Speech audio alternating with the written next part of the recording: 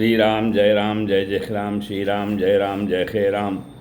यो अंतः प्रविश्य मम वाचमिमां प्रसुप्तां संजीवयत्यखिलशक्तिधरा स्वधाम्ना अन्यास्तहस्तचरणस्वर्णत्वगादीन् प्राणान् नमो भगवते पुरुषाय तुभ्यम्।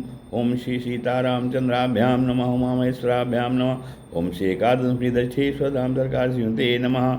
आज का सत्संग में श्रीमद्भागवत महापुराण के 10वें स्कंद के उत्तरार्ध की 50वां अध्याय अर्थात उत्तरार्ध प्रारंभ हो रहा है और 50वां अध्याय 50वें अध्याय कथा है श्री सुखदेव, जिसमें जरासंध से युद्ध और द्वारकापुरी का निर्माण की कथा है। श्री सुखदेव जी कहते हैं, अस्ति ही प्राप्तिश्च कंसस्य महिष्यो भरतर्षभ मृते भरतरि दुखार्ते ईयतु इसमें पुत्रगृहान। श्री सुखदेव जी कहते हैं, भरतवंश शिरोमणि परीक्षित कंस की 2 रानियाँ थी, अग्नि और प्राप्ति, अस्थि और प्राप्ति, अस्थि और प्राप्ति कंस की 2 रानियाँ थीं और पति की मृत्यु के से उन्हें बड़ा दुख हुआ और वे अपने पिता की राजधानी में चली गई। उनके पिता जरासंध थे। उन दोनों का पिता था मगधराज जरासंध। उससे उन्होंने बड़े दुख के साथ अपने विधवा होने के कारणों का वर्णन किया। परीक्षित यह अप्रिय समाचार सुनकर पहले तो जरासंध को बड़ा शोक हुआ, परंतु पीछे वह क्रोध से तिलमिला उठा। उन्हें यह निश्चय करके कि मैं पृथ्वी पर एक भी यदुवंशी नहीं रहने दूंगा, युद्ध की बहुत बड़ी तैयारी की और 23 अक्षौहिणी सेना के साथ यदुवंशियों की राजधानी मथुरा को चारों ओर से घेर लिया। भगवान श्री कृष्ण ने देखा जरासंध की सेना क्या है, उमड़ता हुआ समुद्र। उन्होंने यह भी देखा उसने चारों ओर से हमारी राजधानी घेर ली है और हमारे सुजन तथा पूर्ववासी भयभीत हो रहे हैं। भगवान श्री कृष्ण पृथ्वी का भार उतारने के लिए ही मनुष्य का सा वेश धारण किए हुए हैं। अब उन्होंने विचार किया कि मेरे अवतार का क्या प्रयोजन है और इस समय इस स्थान पर मुझे क्या करना चाहिए। उन्होंने सोचा यह बड़ा अच्छा हुआ कि मगधराज जरासंध ने अपने अधीनस्थ नरपतियों की पैदल, घुड़सवार, रथी और हाथियों से कई अक्षौहिणी सेना इकट्ठा कर ली है। यह सब तो पृथ्वी का भार ही जुटकर मेरे पास अब पहुँचा है। मैं इसका नाश करूँगा, परंतु अभी मगधराज जरासंध को नहीं मानना चाहिए, क्योंकि वह जीवित रहेगा तो फिर से असुरों की बहुत सी सेना इकट्ठी कर लाएगा। मेरे अवतार का यही प्रयोजन है कि मैं पृथ्वी का बोझ हल्का कर दूं, साधु सज्जनों की रक्षा करूं और दुष्ट दुर्जनों का संहार। समय समय पर धर्म रक्षा के लिए और बढ़ते हुए अधर्म को रोकने के लिए मैं और भी अनेकों शरीर ग्रहण करता हूं।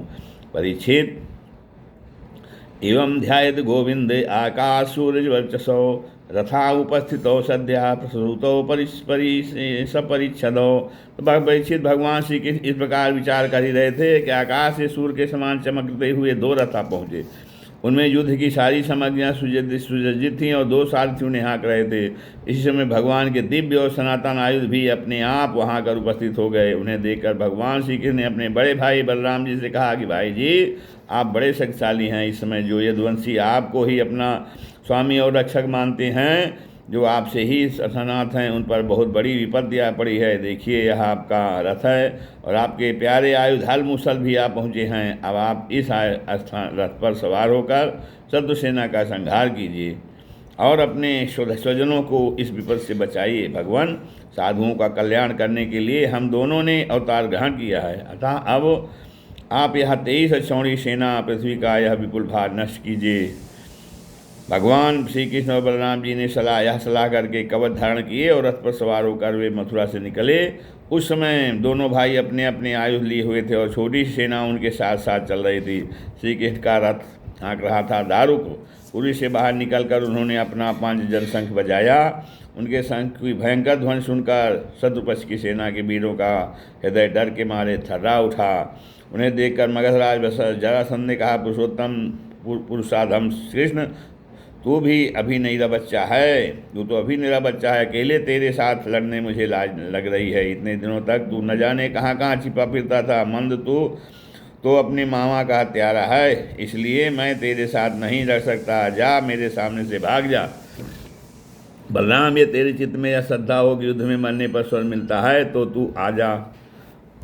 हिम्मत बांध कर मुझसे लड़, मेरे बाणों से छिन्न भिन्न हुए शरीर को यहाँ छोड़कर स्वर्ग में जा, अथवा यदि तुझ में शक्ति हो तो मुझे मार डाल। श्री भगवान ने कहा, मगधराज, जो शूरवीर होते हैं वे तुम्हारी तरह डींग नहीं हाँकते, वे तो अपना बल पौरुष दिखलाते हैं। देखो, अब तुम्हारी मृत्यु तुम्हारे सिर पर नाच रही है। तुम वैसे ही अकबक कर रहे हो जैसे मरने के समय कोई सन्निपात का रोगी करे।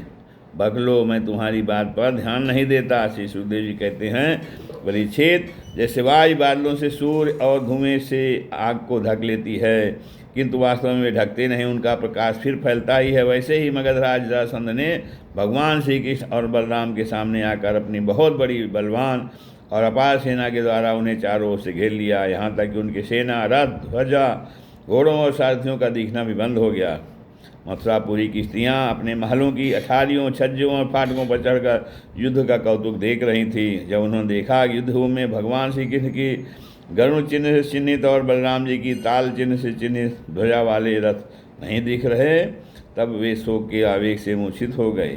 जब भगवान श्री कृष्ण ने देखा कि शत्रु सेना के वीर हमारी सेना पर इस प्रकार बाणों की वर्षा कर रहे हैं मानो बादल पानी की अगणित बूंदें बरसा रहे हों, हमारी सेना उससे अत्यंत पीड़ित व्यथित हो रही है, तब उन्होंने अपने देवता और असुर दोनों से सम्मानित सारंग धनुष का टंकार किया। इसके बाद वे तरकस में से बाण निकालने, उन्हें धनुष पर चढ़ाने और धनुष की डोरी खींचकर झुंड के झुंड बाण छोड़ने लगे।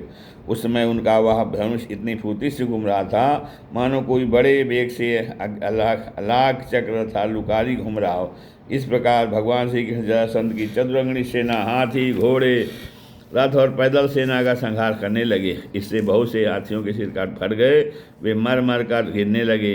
बाणों की बौछार से अनेकों घोड़ों के सिर धड़ से अलग हो गए। घोड़े, ध्वजा, सारथी और रथियों के नष्ट हो जाने से बहुत से रथ बेकाम हो गए। पैदल सेना की बाहें, जांग और सिर आदि अंग प्रत्यंग कट कट कर गिर पड़े। उस युद्ध में अपार तेजस्वी भगवान बलराम जी ने अपने मूसल की चोट से बहुत से मतवाले शत्रुओं को मार मार कर उनके अंग प्रत्यंग से निकले हुए खून की सैकड़ों नदियाँ बहा दी।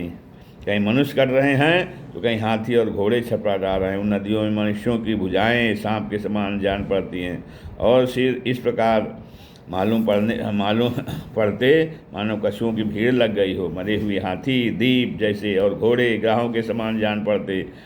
हाथ और जांघें मछलियों की तरह, मनुष्यों के केश समान, सेवार के समान, धनुष तरंगों की भांति और रस शस्त्र लता एवं तिनको के समान जान पड़ते। ढालें ऐसी मालूम पड़ती मानो भयानक भंवर हो। बहुमूल्य मड़ियाँ और आभूषण पत्थर के रोड़ों तथा कंकड़ों के समान बहे जा रहे थे। उन नदियों को देखकर कायर पुरुष डर रहे थे और वीरों का आपस में खूब उत्साह बढ़ रहा था। परीक्षित, जरासंध की वह सेना समुद्र के समान दुर्गम, भयावह और बड़ी कठिनाई से जीतने योग्य थी, परंतु भगवान श्री कृष्ण और बलराम जी ने थोड़े ही समय में उसे नष्ट कर दिया। वे सारे जगत के स्वामी हैं, उनके लिए एक सेना का नाश कर देना केवल खिलवाड़ ही तो है। परीक्षित, भगवान के गुण अनंत हैं, वे खेल खेल में ही तीनों लोगों की उत्पत्ति, स्थिति और संहार करते हैं। उनके लिए यह कोई बड़ी बात नहीं है कि वे शत्रुओं की सेना का इस प्रकार बात की बात में सत्यानाश कर दें। तथापि जब वे मनुष्य का सा वेश धारण करके मनुष्य की सी लीला करते हैं तब उसका विवरण किया ही जाता है। इस प्रकार जरासंध की सारी सेना मारी गई, रथ भी टूट गया, शरीर में केवल प्राण बाकी रहे। तब भगवान श्री बलराम जी ने जैसे एक सिंह दूसरे सिंह को पकड़ लेता है, वैसे ही बलपूर्वक महाबली जरासंध को पकड़ लिया। जरासंध ने पहले बहुत से विपक्षी तपस्वी नरपतियों को वध किया था, परंतु आज उसे बलराम जी वरुण की फांसी और मनुष्यों के फंदे से बांध रहे थे। भगवान श्री कृष्ण ने यह सोचकर कि यह छोड़ दिया जाएगा तो और भी सेना इकट्ठी करके लाएगा तथा हम साझ ही पृथ्वी का भार उतार सकेंगे, बलराम जी को रोक दिया। बड़े बड़े शूरवीर जरासंध का सम्मान करते थे, इसलिए उसे इस बात पर बड़ी लज्जा मालूम हुई कि मुझे श्री कृष्ण और बलराम ने दया करके दीन की भांति छोड़ दिया है। अब उसने तपस्या करने का निश्चय किया, परंतु रास्ते में उसके साथी नरपतियों ने बहुत समझाया कि राजन, यदुवंशियों में क्या रखा है, वे आपको बिल्कुल ही पराजित नहीं कर सकते थे, आपको प्रारब्धवश ही नीचा देखना पड़ा है। उन लोगों ने भगवान की इच्छा फिर विजय प्राप्त करने की आशा और बतलाकर तथा लौकिक दृष्टांत एवं युक्तियाँ दे देकर यह बात समझा दी कि आपको तपस्या नहीं करनी चाहिए। परीक्षित, उस समय मगधराज जरासंध की सारी सेना मर चुकी थी। भगवान बलराम जी ने उपेक्षापूर्वक उसे छोड़ दिया था। इससे वह बहुत उदास होकर अपने देश मगध को चला गया। परीक्षित भगवान श्री कृष्ण की सेना में किसी का बाल भी बांका न हुआ और उन्होंने जरासंध की 23 अक्षौणी सेना पर, जो समुद्र के समान थी, सहज विजय प्राप्त कर ली। उस समय बड़े बड़े देवता उन पर नंदनवन के पुष्पों की वर्षा और उनके इस महान कार्य का अनुमोदन प्रशंसा कर रहे थे। जरासंध की सेना के पराजय से मथुरावासी भयरहित हो गए थे और भगवान श्री कृष्ण की विजय से उनका हृदय आनंद से भर रहा था। भगवान श्री कृष्ण आकर उनमें मिल गए। सूत, मागध और बंदीजन उनकी विजय के गीत गा रहे थे। जिस समय भगवान श्री कृष्ण ने नगर में प्रवेश किया, उस समय वहाँ शंख, नगारे, भेरी, तुरही, बीणा, बांसुरी, मृदंग आदि बाजे बजने लगे। मथुरा की एक एक सड़क और गली में छिड़काव कर दिया गया था। चारों ओर हंसते खेलते नागरिकों की चहल पहल थी। सारा नगर छोटी छोटी झंडियों और बड़ी बड़ी विजय पताकाओं से सजा दिया गया था। ब्राह्मणों की वेद ध्वनि गूंज रही थी और सब और आनंदोत्सव के सूचक बंदरमार बांध दिए गए थे। जिस समय श्री कृष्ण नगर में प्रवेश कर रहे थे, उस समय नगर की नारियाँ प्रेम और उत्कंठा से भरे हुए नेत्रों से उन्हें स्नेहपूर्वक निहार रही थी और फूलों के हार, दही, अक्षत और जौवाद के अंकुरों की उनके ऊपर वर्षा कर रही थी। भगवान श्री कृष्ण रणभूमि से अपार धन और वीरों के आभूषण ले आए थे। वह सब उन्होंने यदुवंशियों के राजा उग्रसेन के पास भेज दिया। एवं सप्तदश कृत्वस्तावत्याक्षौणी बलः युधे मागधो राजा यदुभी कृष्ण पालितई। परीक्षित इस प्रकार 17 बार 23 अक्षौणी सेना इकट्ठी करके मगध राज जरासंध ने भगवान श्री कृष्ण द्वारा सुरक्षित यदुवंशियों से युद्ध किया। परंतु यादवों ने भगवान श्री कृष्ण की शक्ति से हर बार उसकी सारी सेना नष्ट कर दी। जब सारी सेना नष्ट हो जाती, तब यदुवंशियों की उपेक्षापूर्वक छोड़ देने पर जरासंध अपनी राजधानी में लौट जाता। जिस समय 18वां संग्राम छिड़ने ही वाला था, उस समय नारद जी का भेजा हुआ वीर कालेवन दिखाई पड़ा। युद्ध में कालेवन के सामने खड़ा होने वाला वीर संसार में दूसरा कोई न था। उसने जब यह सुना कि यदुवंशी हमारे ही जैसे बलवान हैं और हमारा सामना कर सकते हैं, तब 3 करोड़ मलेच्छों की सेना लेकर उसने मथुरा को घेर लिया। कालेवन की यह असहाय चढ़ाई देखकर भगवान श्री कृष्ण ने बलराम जी के साथ मिलकर विचार किया, हो इस समय तो यदुवंशियों पर जरासंध और कालेवन, ये दो विपत्तियाँ एक साथ ही मंडरा रही हैं। आज इस परम बलशाली यवन ने हमें आकर घेर लिया है। जरासंध भी आज कल या परसों में आ ही जाएगा। यदि हम दोनों भाई इसके साथ लड़ने में लगे और उसी समय जरासंध में आ पहुँचा, तो हमारे बंधुओं को मार डालेगा या तो कैद करके अपने नगर में ले जाएगा, क्योंकि वह बहुत बलवान है। इसलिए आज हम लोग एक ऐसा दुर्ग, ऐसा किला बनाएंगे जिसमें किसी भी मनुष्य का प्रवेश करना अत्यंत कठिन होगा। अपने स्वजन संबंधियों को उसी किले में पहुंचाकर फिर यवन का वध कराएंगे। बलराम जी से इस प्रकार सलाह करके भगवान श्री कृष्ण ने समुद्र के भीतर एक ऐसा दुर्गम नगर बनवाया जिसमें सभी वस्तुएं अद्भुत थीं और उस नगर की लंबाई चौड़ाई 48 कोस की थी। इस सम्मंत्रे भगवान दुर्गम द्वादशो योजनम अंता समुद्रे नगरम कृष्णात् अद्भुत मचीकरत। और उस नगर की एक एक वस्तु में विश्वकर्मा का विज्ञान, वास्तु विज्ञान और शिल्पकला की निपुणता प्रकट होती थी। उसमें वास्तुशास्त्र के अनुसार बड़ी बड़ी सड़कों, चौराहों और गलियों का यथास्थान ठीक ठीक विभाजन किया गया था। वह नगर ऐसे सुंदर सुंदर उद्यानों और विचित्र विचित्र उपवनों से युक्त था, जिनमें देवताओं के वृक्ष और लताएँ लहलहाती रहती थी। सोने के इतने ऊंचे ऊंचे शिखर थे जो आकाश से बातें करते थे। स्फटिकमल की अटारियाँ और ऊंचे ऊंचे दरवाजे बहुत ही सुंदर लगते थे। अन्न रखने के लिए चांदी और पीतल के बहुत से कोठे बने हुए थे। वहाँ के महल सोने के बने हुए थे और उन पर कामदार सोने के कलश सजे हुए थे। उनके शिखर रत्नों के थे तथा गज पन्ने की बनी हुई बहुत भली मालूम होती थी। इसके अतिरिक्त उस नगर में वासुदेवता के मंदिर और छज्जे भी बहुत सुंदर सुंदर बने हुए थे। उसमें चारों वर्ण के लोग निवास करते थे और सबके बीच में यदुवंशियों के प्रधान उग्रसेन जी, वसुदेव जी, बलराम जी तथा भगवान श्री कृष्ण के महल जगमगा रहे थे। परीक्षित, उस समय देवराजेंद्र ने भगवान श्री कृष्ण के लिए पारिजात वृक्ष और सुधर्मा सभा को भेज दिया। वह सभा ऐसी दिव्य थी, उसमें बैठे हुए मनुष्य को भूख प्यास आदि मध्य लोक के धर्म नहीं छुपाते थे। वरुण जी ने ऐसे बहुत से श्वेत घोड़े भेज दिए जिनका एक एक कान श्याम वर्ण का था और जिनकी चाल मन के समान थी। वनस्पति धनपति कुबेर जी ने अपनी 8 निधियाँ भेज दी और दूसरे लोकपालों ने भी अपनी अपनी विभूतियाँ भगवान के पास भेज दी। परीक्षित, सभी लोकपालों को भगवान श्री कृष्ण ने उनके अधिकार के निर्वाह के लिए शक्तियाँ और सिद्धियाँ दी हैं। जब भगवान श्री कृष्ण पृथ्वी पर अवतीर्ण होकर लीला करने लगे तब सभी सिद्धियाँ उन्होंने भगवान के चरणों में समर्पित कर दी।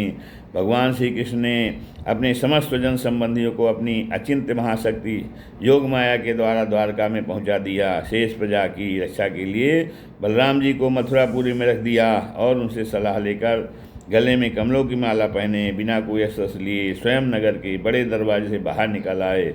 इस श्रीमद्भागवते महापुराणे परमहंस्यां संहितायां दशमस्कन्धे उत्तरार्धे दुर्गनिवेशनं नाम 50 अध्यायः।